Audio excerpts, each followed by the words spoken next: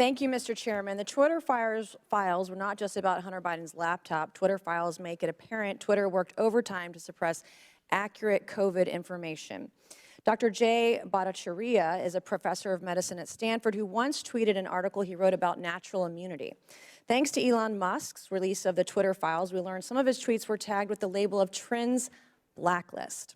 Apparently, the views of a Stanford doctor are disinformation to you people. I, along with many Americans, have long-term effects from COVID. Not only was I a long hauler, but I have effects from the vaccine. It wasn't the first shot, but it was the second shot that I now developed asthma that has never gone away since I had the second shot. I have tremors in my left hand, and I have the occasional heart pain that no doctor can explain, and I've had a battery of tests.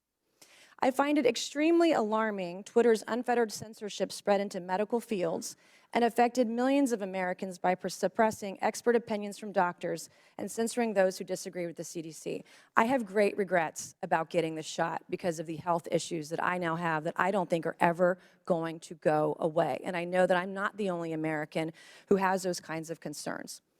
Another example of what Twitter has done to censor folks is from Dr. Martin Kulldorff, a Harvard-educated epidemiologist who once tweeted, "COVID vaccines are important for high-risk people and their caretakers. Those with prior natural infection do not need it, nor children." The Twitter files reveal this tweet was deemed false information because it ran contrary to the CDC. So my first question this morning of Ms. Gaddy, may I ask of you, where did you go to medical school? I did not go to medical school. I'm sorry? I did not go to medical school. That's what I thought. Why do you think you or anyone else at Twitter had the medical expertise to censor a doctor's expert opinion? Our policies regarding COVID were designed to protect individuals. We were seeing— You guys censored Harvard-educated doctors, Stanford-educated doctors, doctors that are educated in the best places in the world, and you silenced those voices. My next question is, did the U.S. government, I have another chart I want to show you, Ms. Gaddy. I have another tweet by someone with a following of a full 18,000 followers. This person put a chart from the CDC on Twitter. It's the CDC's own data, so it's accurate by your standards, and you all labeled this as misleading. You're not a doctor, right, Ms. Gaddy?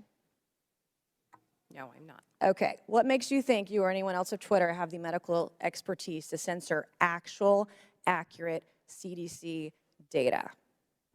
I'm not familiar with these particular situations. Yeah, I'm sure you're not, but this is what Twitter did. They labeled this as inaccurate. It is the government's own data. It's ridiculous that we're even having to have this conversation today. It's not just about the laptop. This is about medical advice that expert doctors were trying to give Americans because social media companies like Twitter were silencing their voices. I have another question, my last one for you, Ms. Gaddy.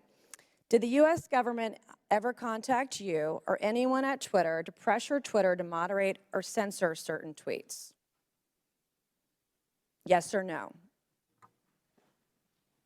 We have a program. Did the U.S. government ever contact you or anyone at Twitter to censor or moderate certain tweets? Yes or no? We receive legal demands to remove content from the platform from the U.S. government and governments all around the world. Those are published on a third-party website, and anyone can review Thank them. God for Matt Taibbi. Thank God for Elon Musk for allowing to show us in the world that Twitter was basically a subsidiary of the FBI, censoring real medical voices with real expertise that put real Americans' lives in danger because they didn't have that information.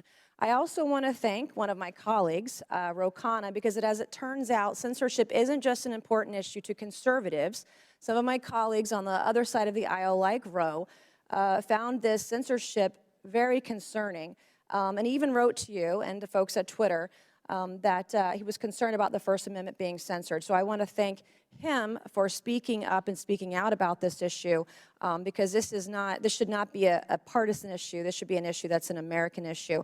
Mr. Chairman, I would like to enter into the record, I ask unanimous consent, to enter into the record a Wall Street Journal article from December 9th, 2022 by Justin Hart entitled "The Twitter Blacklisting of Jay Bhattacharya."